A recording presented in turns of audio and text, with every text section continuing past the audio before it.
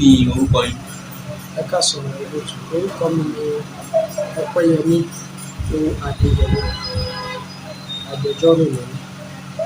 Kí ni òfin sọ nípa ẹni tí ó jẹ́ alága ètò elétò ìdìbò ní ìpínlẹ̀? Nǹkan tí òfin sọ tí the Osun State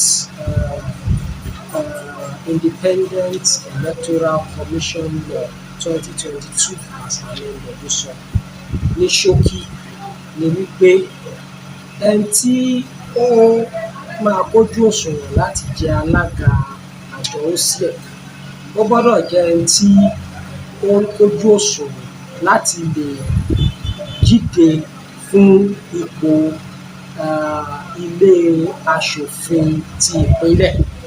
Tí mo bá lè sọ lóyìnbó díẹ̀, ẹni tó máa qualify fún position Osiec chairman must have been qualified to stand for election as a member of the Osun State House of Assembly.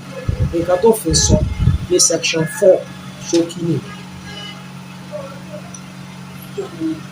Ìyànsípò barrister Hashim Abioye kò ní òfin. No, kò ní òfin rárá. Kò ní òfin rárá. Pẹ̀lú nǹkan tí Osiec náà sọ, appointment barrister Hashim Abioye kò lòdì sófin. It is in accordance with the law, with the enabling statute. He is well qualified to be appointed. Láti fìwé sílẹ̀ pé mi ò ṣe ọmọ ẹgbẹ́ òṣèlú mọ́ àti láti gba ipò alága Osiec àárín gbèdéke oṣù mélòó àgbọ̀jọ́ mélòó ló yẹ kó jẹ́? Òfin ò fi gbèdéke àsìkò sí. Nǹkan tí ó kàn wá ń bẹ̀ ni wípé ìwọ tó bá máa jẹ́ alága kò yẹ kó jẹ́ ẹgbẹ́ òṣèlú kankan, but kò sí àsìkò pé bóyá ọjọ́ kan o, ọ̀sẹ̀ kan o, oṣù kan o, pẹ̀lú provision section 4 tí mo sọ fún yín yẹn, kò sí àsìkò fún ipò fi ìwé pé fipò sílẹ̀. And nǹkan tó wà ń bẹ̀ tí èmi mọ̀ ni wípé kí Abioye Hashim kó tó gba ipò alága Osiec kò kí ń ṣe, by the time tí ó gba ipò alága Osiec kò kí ń ṣe ọmọ ẹgbẹ́ olóṣèlú kankan. So for that reason wọ́n ní ẹ̀tọ́ and is eminently qualified láti jẹ́ Osiec chairman. Okay, so lóòótọ́ ni pé nígbà kan rí ní 2019 Hashim Abioye ó díje fún ipò ọmọ ẹgbẹ́ aṣòfin tìpínlẹ̀ Ọ̀ṣun, ṣùgbọ́n kó tó gba iṣẹ́ alága Osiec ó ti kọ̀wé, ó ti kúrò ní ẹgbẹ́ PDP.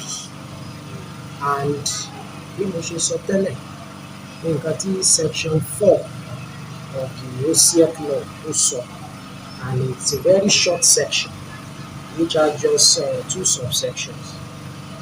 Nǹkan tó kọ́kọ́ sọ ni wípé kó tó lè lẹ́tọ̀ọ́ láti jẹ́ kí wọ́n yàn ẹ́ gẹ́gẹ́ bí alága àbí ọmọ ẹgbẹ́ Osiec, you must have been qualified to be a member of the State House of Assembly. And nǹkan tó tún wá sọ ní section 2 ni wípé tó o bá tiẹ̀ jẹ́ òṣìṣẹ́ ìjọba ti ìpínlẹ̀, ìjọ tó bá yàn ẹ́ gẹ́gẹ́ bí alága àbí mẹ́mbà Osiec, ó ti ìjọ yẹn náà you will be deemed wípé o ti kọ̀wé fipò sílẹ̀ gẹ́gẹ́ bí òṣìṣẹ́ ìjọba. Nǹkan tí section 4 wà ní tó ó dálé lórí ìrìnàjò. Section 4 yìí ò sọ wípé àkókò kan wà tó ti gbọ́dọ̀ kọ̀wé fipò sílẹ̀ gẹ́gẹ́ bí ọmọ ẹgbẹ́ òṣèlú kan tó lè yàn ẹ́ gẹ́gẹ́ bí alága àbí mẹ́mbà Osiec.